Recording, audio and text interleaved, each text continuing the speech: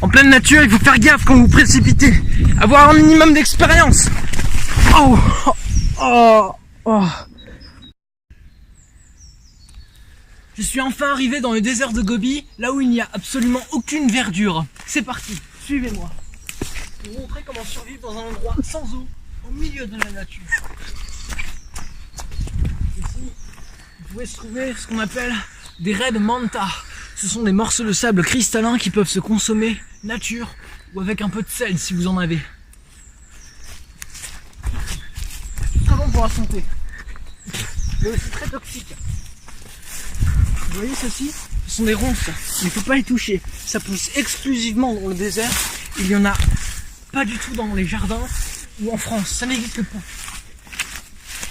Vous trouvez des bouts de bois, des choses qui pourraient nous aider à survivre, mais c'est totalement inintéressant.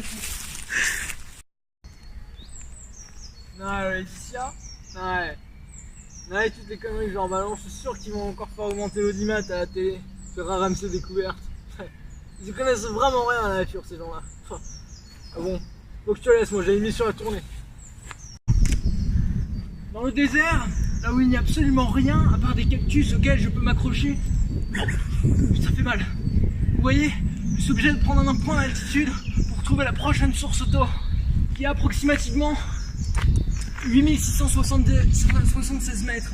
J'y vais de ce pas, en escaladant correctement. Oh. Oh. C'est spectaculaire mais pas des moindres.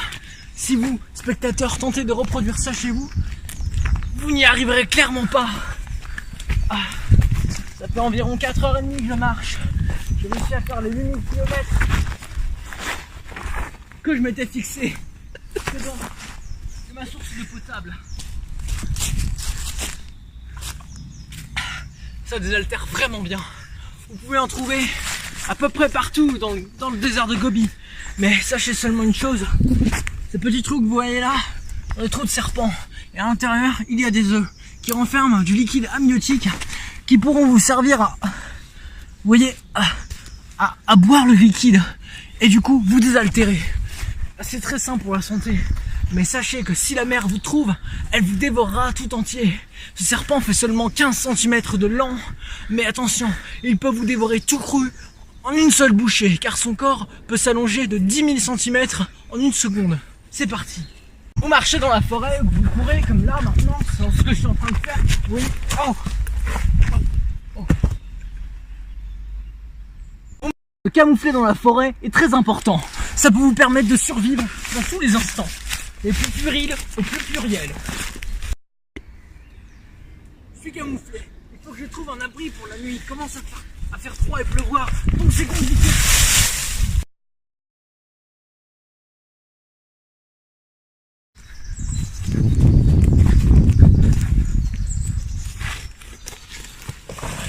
Oh, oh, je me suis trouvé là-dessus. Le responsable, ce méchant caillou.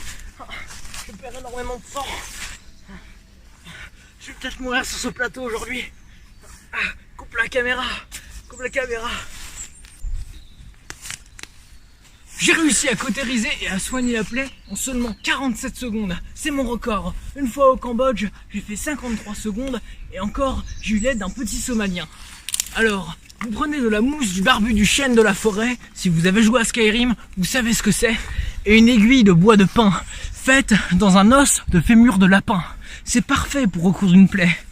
Vous mettez votre mousse, vous cautérisez et vous plantez des os pour rapprocher les os. Ensuite, vous repliez et ça fait comme un sandwich chez Burger King. C'est délicieux et ça vous recouvre n'importe quelle plaie. Je suis à quelques kilomètres de la civilisation. Vous pouvez le voir par ici. C'est parti. Oh, oh, oh, oh. Ouf.